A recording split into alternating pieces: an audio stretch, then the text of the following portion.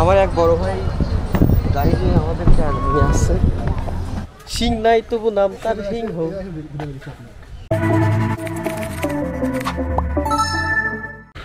Hello বন্ধুরা, আসলে আমি এখন বর্তমানে ঢাকা বাংলাদেশ জাতীয় চিড়িয়াখানা মিরপুরে আছি। আমার বড় ভাই আছে, এই যে আমার বড় ভাই, এই সেই আমাদের সেই বাংলাদেশের জাতীয় চিড়িয়াখানা। অবশেষে আমরা টিকিট পেলাম। দেখেন কত বড় লম্বা লাইন, দেখো আমরা এই মাত্রই টিকিট কাটলাম আর কি, পার পিস 50 টাকা। দেখা যাক, চলুন আমরা কি দেখতে পারি। তো চিড়িয়াখানায় ঢুকবো, দেখবো এবং আপনাদেরকে দেখাবো। টিকিট কাটার সময় আমাদের লাইন ধরতে হলো, এখনও আমাদেরকে লাইন ধরে ধরে ভিতরে যেতে হবে। কতগুলো মানুষ দেখছেন, আর শুক্রবারের দিনের জন্য আজকে এত ভিড়।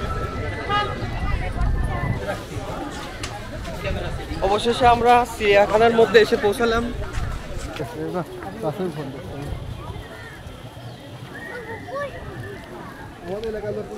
আসলে আমি অত চিনি না। আমাদের সেই বড় ভাই রবিন, বড় ভাই বয়সে ছোট আছে কিন্তু আমার চাইতে অনেক বড়, তাই আমি ওকে বড় ভাই বলে ডাকি।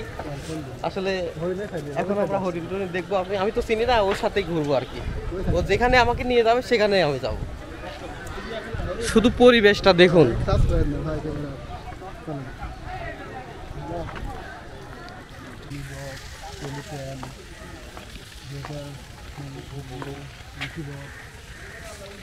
অনেক সুন্দর সুন্দর বক দেখা যাচ্ছে, আপনারা দেখছেন।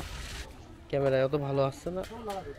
এই খাঁচাটির মধ্যে আছে অনেক বিশাল বড় একটি সিংহ, এবং অপোজিট পাশে আর একটা সিংহ আছে। উনি রেস্ট নিচ্ছে হয়তো, আর ইনি শুধু ঘোরাঘুরি করছে।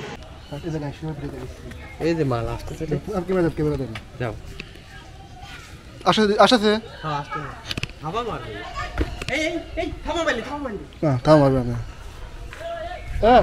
সমস্যা নাই ভিডিও। আরে ভাই আমরা তো এদিকে আসো, এদিকে আসো, এদিকে আসো। হ্যাঁ সমস্যা, হাত দিচ্ছি না তো।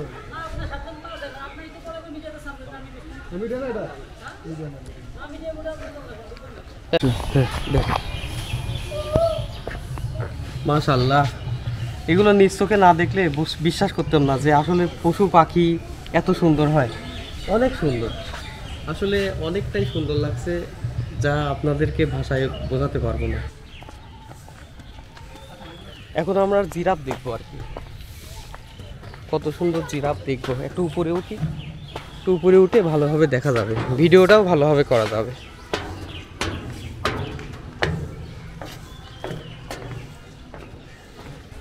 আমরা এখন জিরাফের কাছে আছি, জিরাফ একটু দূরে আছে, তাই আমরা ক্যামেরার মধ্যে অতটুকু বন্দি করতে পারছি না। এই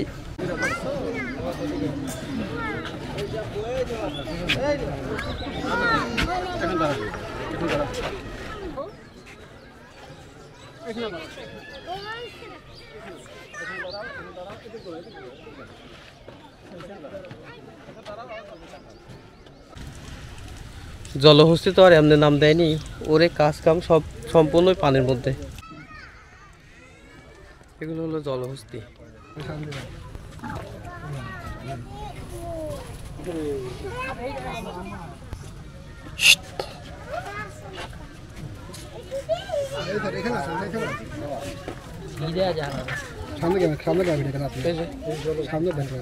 সামনেটাই তো করতেছে ক্যামেরা মুখে লাগা মারবো মিয়া সামনে ধরে। আরে না, ও আপনি দৌড় মারবি। হ্যালো, আপনি হাতে রাখেন, বাচ্চারে হাতে রাখেন।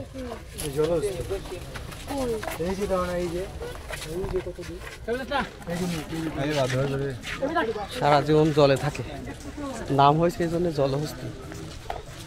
শুধু ঘাস খায় এত মোটা হয় কিভাবে? এই শুধু খাবার যদি ঘাসই থাকে তাহলে এত মোটা হয় কিভাবে? দূরে দেখো, জিব্রা, জিব্রা নাম হয়েছে এমনি, জিব্রা। কত শান্তশিষ্ট, হ্যাঁ অনেক শান্তশিষ্ট রবিন। দেখো কত শান্ত, আমি ধরতেছি তুমি যাও, অনেক শান্তশিষ্ট।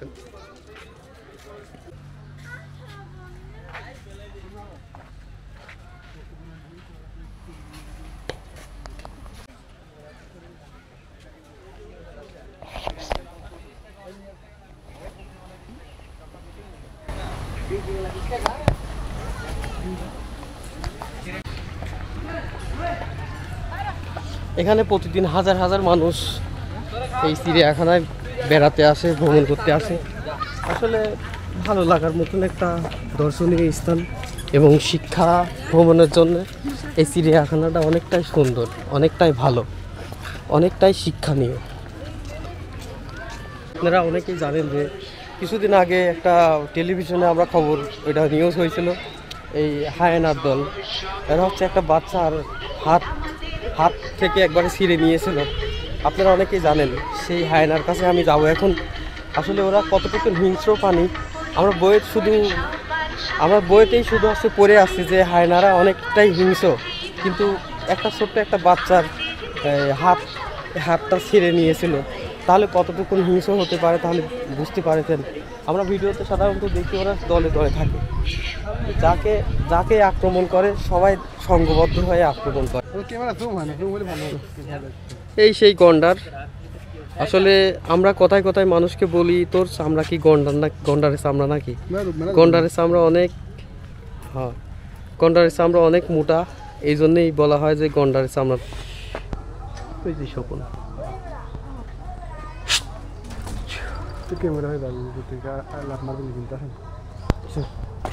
আমরা এখন চলে যাব। এই যে এখানে আর একটা আছে।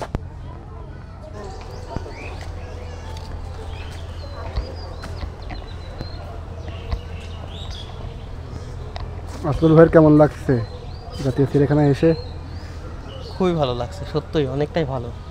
আর দেখেন উট পাখি কত বড়, আর সারা শরীরে শুধু মাংস, মনে হয় 2 মনের উপরে গোস্ত আছে, মাংস আছে ওর শরীরের সাথে, কমপক্ষে 2 মনের বেশি।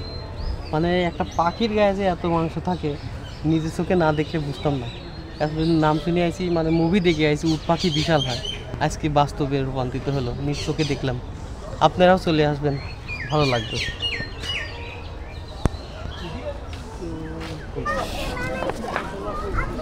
সবাই আসছে আর আমরা বিদায় নিচ্ছি। আমরা সকালে ঢুকছিলাম তো রাইট 8টার সময়, 9টার সময় গেট খুলে আমরা 9টার সময়তেই ঢুকেছি। এখন মোটামুটি 11টা 12টা বাজে, 3-4 ঘন্টা ঘুরলাম, মোটামুটি খুব ভালো ঘুরলাম। এখন আমরা চলে যাচ্ছি। সবাই যার পথের লোক খুব কমই আছে, সবাই আসছে, আমরাই চলে যাচ্ছি। আমরা ফাইনালি অনেক ঘোরাঘুরি করলাম, দেখাদেখি করলাম। এখন আমাদের চিড়িয়াখানা থেকে বের হওয়ার পালা।